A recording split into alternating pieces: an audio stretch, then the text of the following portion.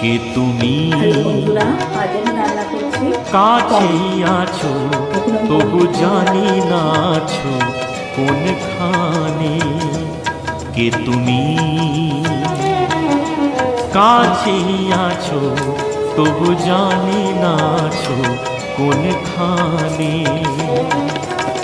যে কথা বলো তাই শুনে যাই, যে কথা বলো তাই শুনে যাই। বুঝি না তবু তার মানে, বুঝি না তবু তার মানে। কে তুমি